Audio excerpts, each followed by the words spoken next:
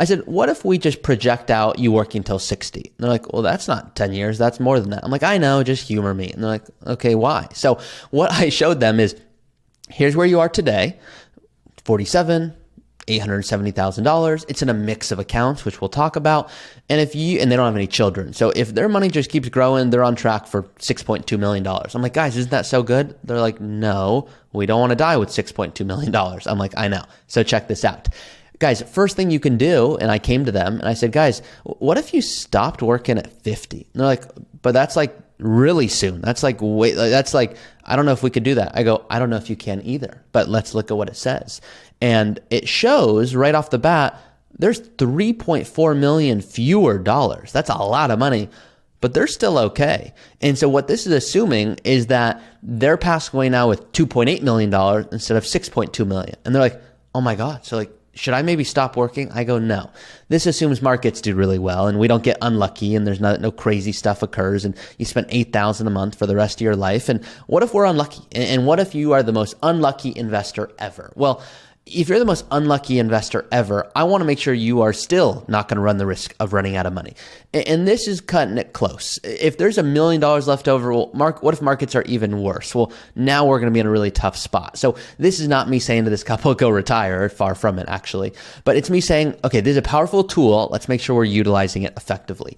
The reason I like to show it this way is to go, there's a lot of different nuance when we're looking at planning. I want to show you guys the following. So this couple specifically, they said if they had $8,000 a month after taxes adjusted for inflation, they could do what they wanted to do in retirement. I said, that's so cool. Oh my God, let's play it out. And we started talking about it. And they go, well, that $8,000 doesn't really include travel. It doesn't really include other expenses that might come up. I go, great, you're right. We need to add those in.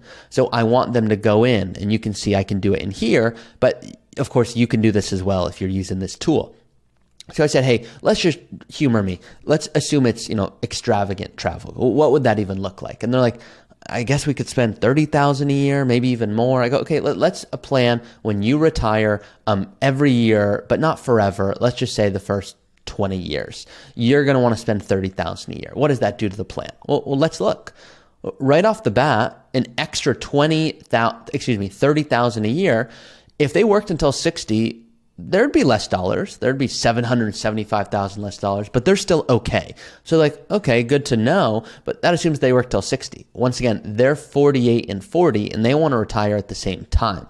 So now what if we're looking at this and assuming that they're actually retiring in 10 years? Well, now they'd be 58 and 50 and they still want to travel. Whoa, what happened here? Well, now all of a sudden they're traveling way more. Yes, their money's now being depleted. There's way fewer dollars. They're still okay. It's only coming back up at the end because naturally they're not going to have the same energy and health and they're not going to be spending the same amount.